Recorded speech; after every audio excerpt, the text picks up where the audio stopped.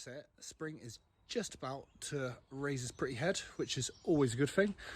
So last week we said that we're going to do a review of the old chicken house, and here we are. 2.5 years, there or thereabouts, since this was complete, so I thought it'd be a good time just to give a kind of overview and review of the place and talk about the good, the bad, the ugly and the indifferent. Now, this was designed by myself and the artist formerly known as Bakesy as a holiday let. There was no architect involvement or anything like that. We did all the plans, designs, everything ourselves from scratch. Those of you who watched the earlier videos will remember this was fairly similar sort of shape, but actually an old chicken house, hence the name. So yeah, it's a project that, to be honest, we're really proud of. The design, well, we'll talk through that in a minute.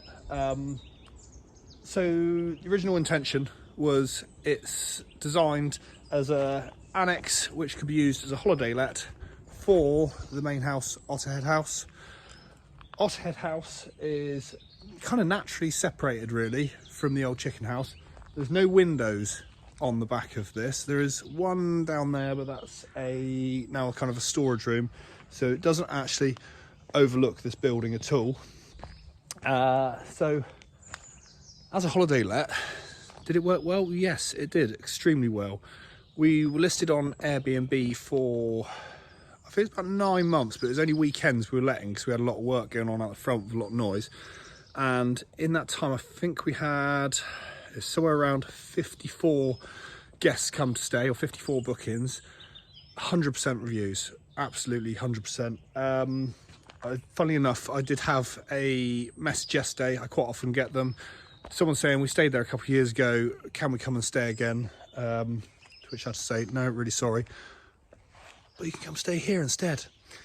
So, like I've said, as an Airbnb holiday let, yes, it does work extremely well.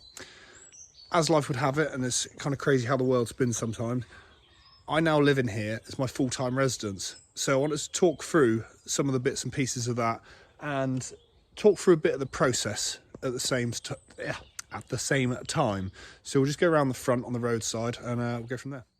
Now, what was it they say? Location, location, location. And it's fair to say, here we are pretty fortunate. We are directly opposite Otterhead Lakes, which is a phenomenal nature reserve. And the walk into the old chicken house is not too shabby. Now, this bridge was not originally here. My good friend Charles Baker stumbled across an old map from, I think it's 1950 something, which had a footbridge marked exactly in this spot.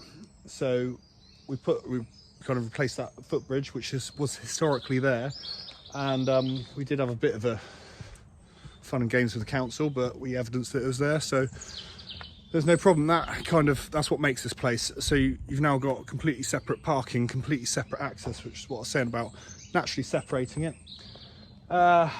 When starting this, I was not particularly experienced in masonry work, but I had a lot of time and not a lot of cash at that stage, so I decided to undertake all the groundworks and blockwork base myself.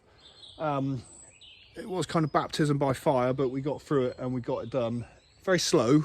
I could have got my team of masonry guys in. They would have done it in like next to no time. But you know, it's good. It's a good learning experience. Majority of this is timber frame, really good, cheap, easy, fast. Allows you to put effort into the rest of the build. The decking area here, this terrace just makes it. Now, if I were building this, and I knew this at the time, and I knew that it's going to be my forever home for the next, I don't know, 10 years, say, I would have done this all in masonry. I would have done this as a terrace patio sort of thing, much longer lasting. At the time, money was tight, and this is a really good solution that kind of ticks most of the boxes. What else? So I suppose the downsides to this, like I said, as a holiday let, it works extremely well. It's designed for couples. It's a perfect space. For me personally, living here, I live here by myself at the moment, so that's kind of fine. The space works extremely well. What I do differently, I suppose the bits it's missing for me is outside space. So I have actually dug out down the side there. I'm going to put a small shed in there just for, I don't know, surfboards and barbecues and stuff like you do. The other thing for me that's kind of, I suppose, missing, yeah, it is missing, is office space. I work a lot, so I have a lot of stuff.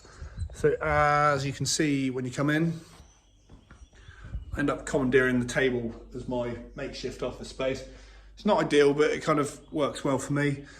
The space in here, just really pleased with it. The art's formerly known as Bakesy. Put a lot of time in. The design is quirky, it's different, and that was the whole intention of it.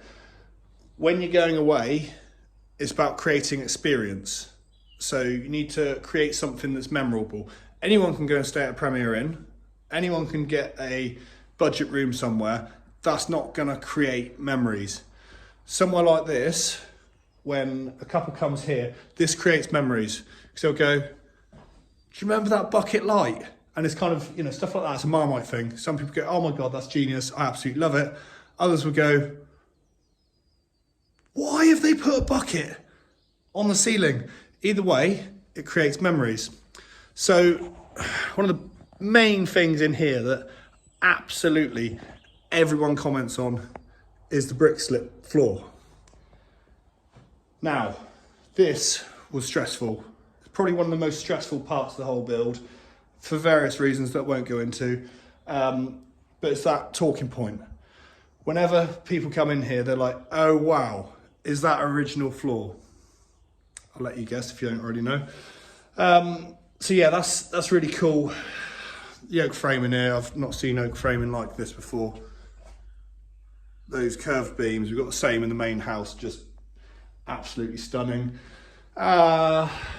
Some of the bad some of the bad points that I've learned from. So the glass in here, it's south-facing, south is out that way, so the sun kind of comes around like that. When the doors are closed in the summer, you come in here and it's about 32 degrees. It gets absolutely roasting. However, I have the foresight with this, always have airflow through. So you've got doors there, directly opposite, you've got triple windows there. So you can quite easily open both of those up. It cools down in, a matter of minutes, which is great.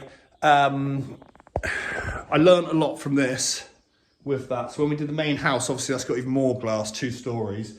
So we got some solar reflective glass on there. A lot more money, very expensive, but well worth it. On the subject of cost, this wasn't cheap. Obviously we designed it all ourselves, and that's we saved colossal amounts.